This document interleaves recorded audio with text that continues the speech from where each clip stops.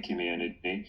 But we've, on all of the market rate units and even in the affordables, we have a particular area in the garage that accommodate the trash and recycling trash cans. This is an issue that's in a lot of the communities.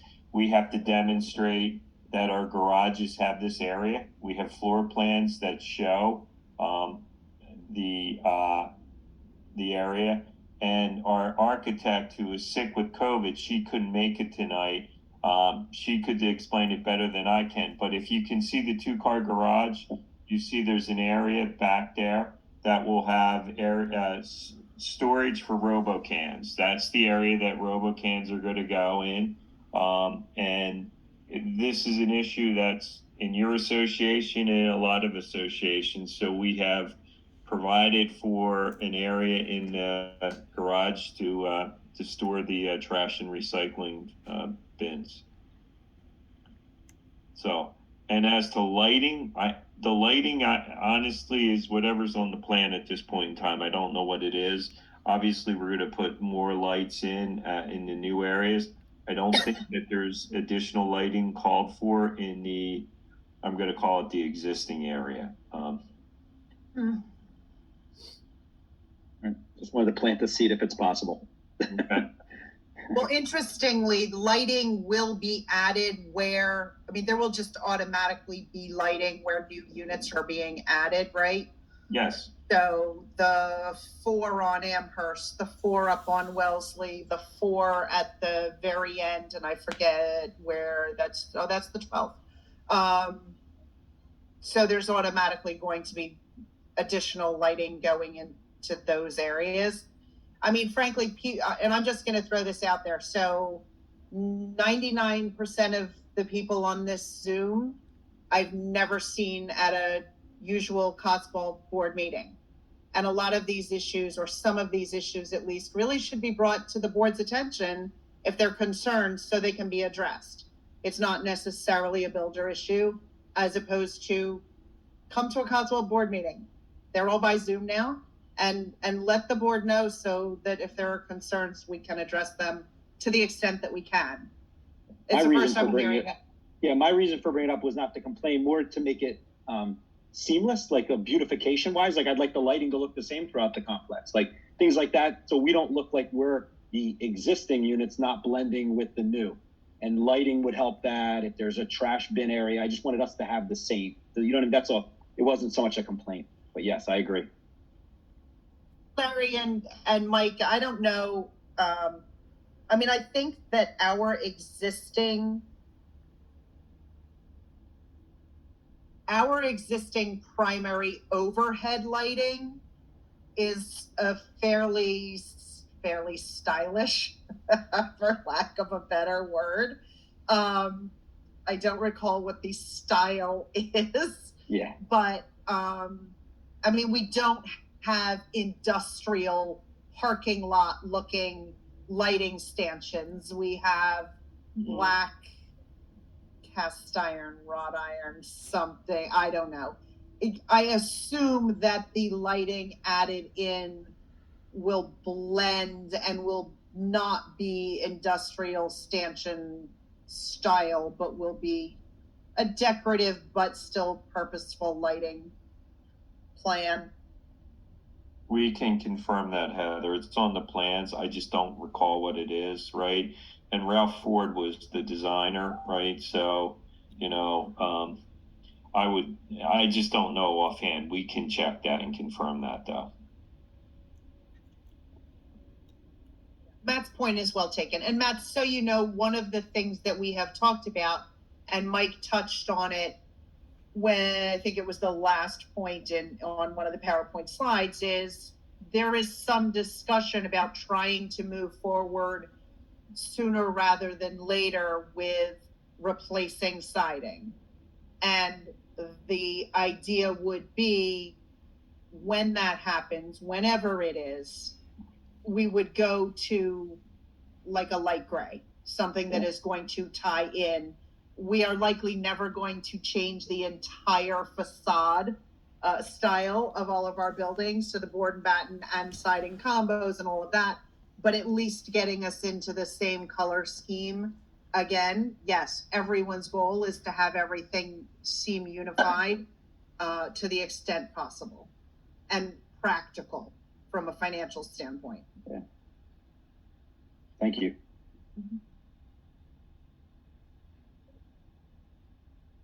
Just one question. The ones that are going on Wellesley, what phase is that? In Amherst, what phase are those? 1, 2? Those would be, I believe it's part of phase 1 and phase 2. We got to build a certain amount of market rate. So yeah, for simplicity's sake, I believe it would be part of phase 1 and phase 2. Okay. I believe everything in Cotswold is part of 1 and 2. Yeah. Normandy is part of Normandy is 2, and the rest is phase 3, if I recall correctly.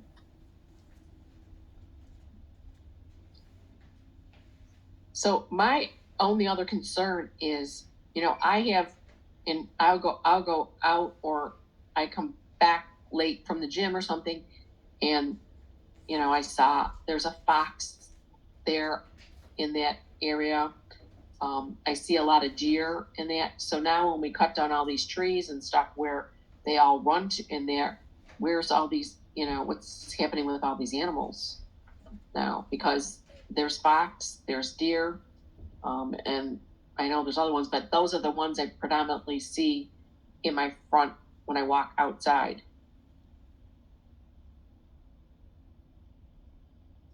Assuming they'll find a new place to live.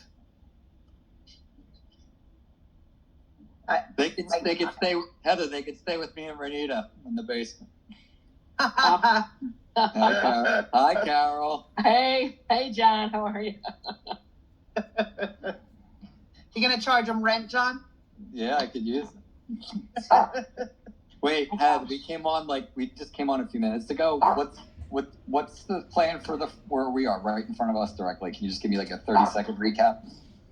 Really quick, because we did already go Okay. through it, and we've got I can tell you more, that are John. going. Yeah, there are four units intended for on the hill. Okay. For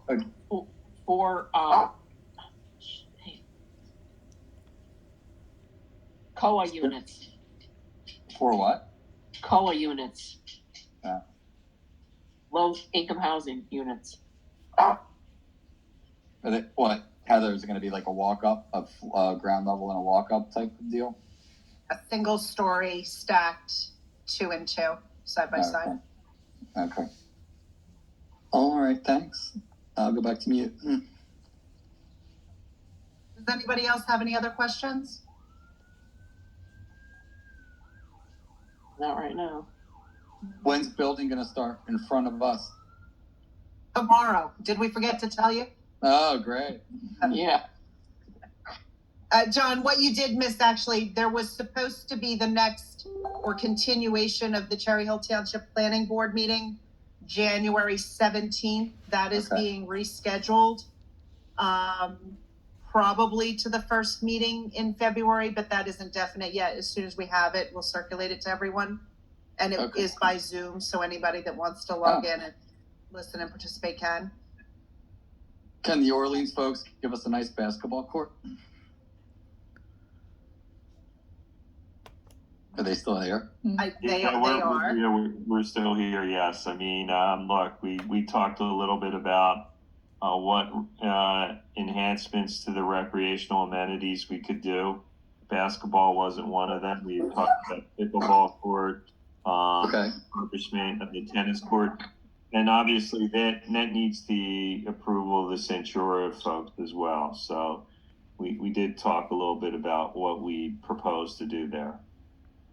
Resurfacing the tennis courts, adding 2 pickleball courts, and adding a tot lot, as well as some pool furniture upgrades. What's a tot lot? Like a little playground. A playground. Oh. Something along the lines of what is by our mailboxes now, but will not be much longer. Okay. Yeah, they should add a basketball court for the Yeah, kids. guys, the basketball court would be pretty solid.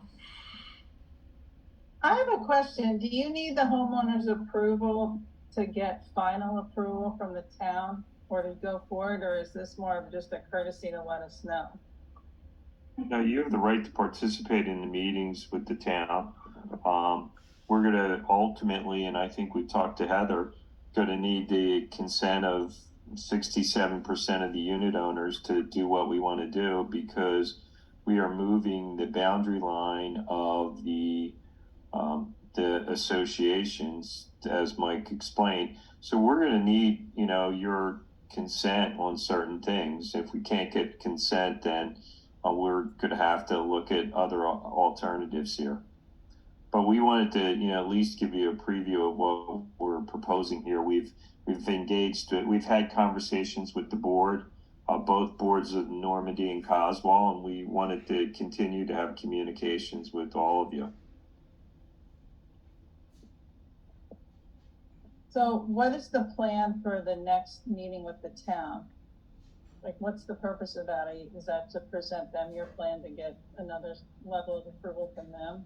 Yeah, it's to get final approval. I think it's final approval from the town to do this. That's the purpose of the meeting. So when would construction start?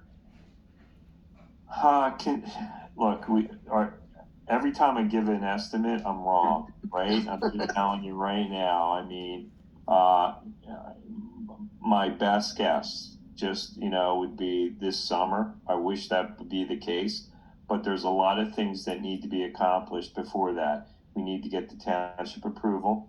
We need to finalize our financial analysis of the associations, and your boards have been working with us to do that. The amendment to the documents. So, we've made progress, but there's still, things to do here. So that's where my best guess would be, Carol. Okay, thank you. Mm-hmm. There's been a lot done behind the scenes that we haven't bothered every owner with the minutia. But when this all started out, these new units weren't even going to be a part of our association. They were going to be a separate association. So there would have been an exceptionally limited financial benefit to all of us. That has been negotiated and worked out, and they will be a part of our association. So there is a much more significant financial benefit. It requires amending the governing documents, which is what was just mentioned, that we'll need a significant percentage of current owner approval to do. But technically, they could have proceeded. They have been working with us to make sure everyone is as happy as possible. Look, those of us who've lived here for a long time have gotten really used to our beautiful open space. It has been for many years said that that was going away. It was being built out. It never happened. It never happened. It never happened. It's finally happening. We lose certain things. We gain certain things. The primary thing that we gain is some financial relief and increased property values for the first time in ages. So, but again, Orleans has been wonderful in terms of cutting back, for instance, on the number of infill units, because there was concern expressed about the number of units and impact on parking and such in our existing area. Went from 26 to 12. They still have to build and make money, or what's the point for them? But they are making efforts to work with us and get us improvements and get us some financial relief and improve the community overall and increase property values, probably most importantly for many people.